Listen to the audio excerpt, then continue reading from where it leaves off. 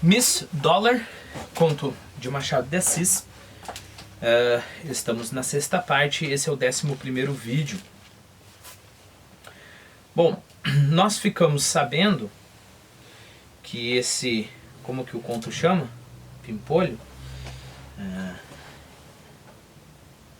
Esse gentil Pimpolho, que era o filho da Dona Antônia, recebia da mamãe 200 mil reais por mês como mesadinha, né? Então a gente, é claro que a gente está falando de um playboy do século XIX. Soubemos também, a gente discutiu sobre alguns valores, né? Sobre os R$1.000. Lembre-se que com talvez um conto de réis, você compra um escravo bom. Isso é importante também para a época, né? Mas vamos lá falar um pouquinho sobre o Alcazar, porque a gente ficou sabendo também que o nosso gentil Pimpolho visita esse Alcazar e montava bons cavalos, que é o equivalente do carro, né? Daquela época. Eu coloquei ali no nosso Quizlet 3 links que eu acho que vai ser bem interessante. Mas deixa eu ler primeiro a definição de Alcazar. Então, Alcazar era um tipo de teatro que existia no Rio de Janeiro, né? Segundo alguns jornais franceses, ele trouxe uma vida que a cidade de Rio de Janeiro não tinha. Mas entenda a vida aqui como vida boêmica, ok? A farra, né? Vamos lá, deixa eu ler para você. Mulheres bonitas, a música de qualidade de Offenbach e espetáculos alegres e vibrantes foram uma mistura capaz de fazer a programação habitual do teatro eletrizar as noites. Bom, com certeza absoluta você conhece a música do Offenbach. Se eu não me engano é Cancan, né? Aquela música de dança, quando você vê aquele espetáculo antigo, aquelas mulheres dançando, levantando as saias e tudo mais. É desse tipo de coisa que a gente está falando, ok? Quando chegava o carnaval, os bailes oferecidos ao público, sempre concorridíssimos, faziam o público delirar. Pela mesma época, eram oferecidos espetáculos muito mais apimentados. Casos de peça como La Bacanal e o Bisnaga Carnavalesca. Este último caracterizava-se como quadrilha chistosa, extraída do repertório das cantoras do Alcazar, composta por um piano e editada aos amadores do carnaval. O sucesso das quadrilhas, antecipando o cancan, possibilitava sempre um mergulho eletrizante do público no mundo da alegria e da diversão. O Alcazar remodelou os hábitos burgueses da cidade e propagou o gosto pelos espetáculos ligeiros. A gente já conversa sobre isso. Como os vaudevilles, operetas, chansonettes e também bailes de máscaras e fantasia. Okay? É claro, eu peguei só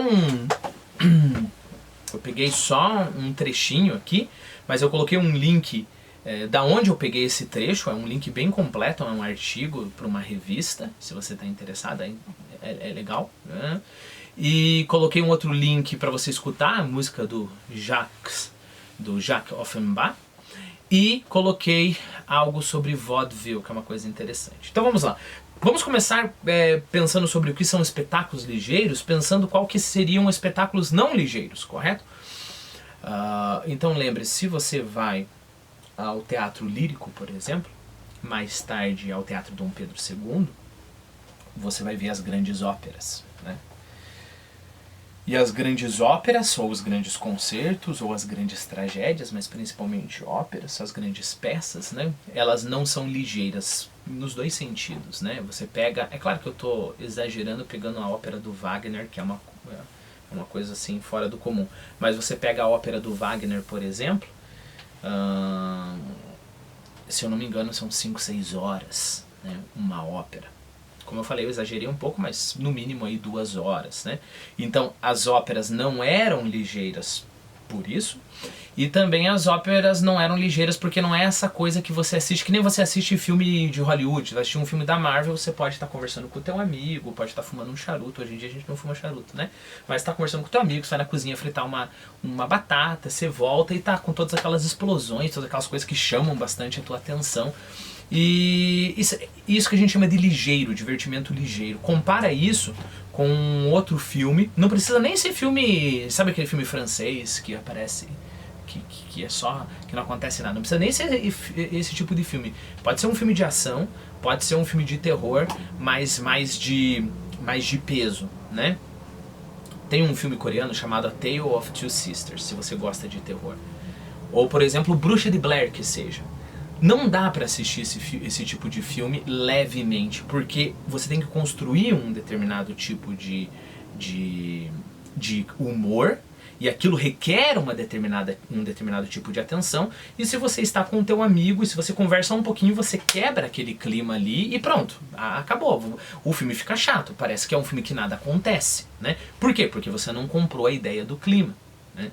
Então perceba, quando a gente fala de um divertimento ligeiro, a gente está falando não só de um divertimento curto, né? Eu acho que o Infinity War tem o quê? Tem quase 3 horas, não é isso? Mas ligeiro no sentido de leve, né? E eu não tô falando aqui que você gosta... O Infinity War eu acho um filme bom, por exemplo, né? Mas perceba, a gente não está discutindo sobre qualidade, né? O meu sonho um dia é gravar vídeo sobre... Não é meu sonho é demais, mas o meu plano um dia é gravar um vídeo sobre cinema também. Então, mas a gente não chegou lá, não é sobre isso que eu tô falando. Eu só tô falando que perceba como esse tipo de filme é um filme ligeiro, nesse sentido aqui, né? Exatamente nesse sentido, você pode ligar a televisão, você vê uma cena, tem aquela luta impressionante, aquelas explosões, aquela corrida, etc. E você consegue um prazer imediato, um prazer ligeiro, né? Compare isso novamente com aquele filme que, se você pegar um pedacinho, ou você presta muito atenção e conhece o filme, ou pra você aquilo ali não faz sentido nenhum, ok? Então, quando a gente vai pro Alcazar, e a gente tem essas operetas, e a gente tem o espetáculo de vaudeville, a chansonette, a gente tá falando de espetáculos ligeiros, né? Você tem como fumar o teu charuto, conversar, dar uma olhada nas mulheres que estão ali, dar uma olhada pro palco. Tem sempre uma coisa interessante, tem um cavalo lá que sei lá, coloca uma bola na cabeça, isso é verdade, a gente já vai conversar sobre os vaudevilles. Tem um cavalo lá e de repente tem um cara lá que tá mexendo com um saco de farinha, o saco explode, voa farinha na cara dele, você dá uma boa risada, né? E você não precisa de atenção. Muito mais ainda se a gente está falando de baile, que você pode cortejar as moças e assim por diante, né? Então é isso que a gente tem em mente com espetáculos ligeiros, né? Bom, o que eram os vaudevilles? O vaudeville é basicamente uma revista, ou a gente chama de revista porque o propósito da revista é ser uma coisa de variedades, né? Então basicamente você vai ter o humor, né? Você vai ter ali uma coisa impressionante, um macaco andando de bicicleta, esse tipo de coisa. Por exemplo, Chaplin, antes de Chaplin se tornar o que ele é, que é não só bater a cabeça, cair, mas toda a profundidade que há por baixo, ele começou sendo dirigido por esse tipo de coisa que seria apresentado no espetáculo de vaudeville, né? Tipo, seria como assim, comparando uma Zorra Total, você tem uma sketch, e aí sai, aí uma outra sketch, e aí sai. Tipo os Três Patetas, eu acho que Três Patetas é tipo o Chaplin que não se aprofundou, aquela coisa bem superficial, né? Então é esse tipo de coisa que a gente está falando. E é claro, opereta, lembre-se, é uma pequena ópera, né? Isso também faz muito sentido nesse contexto.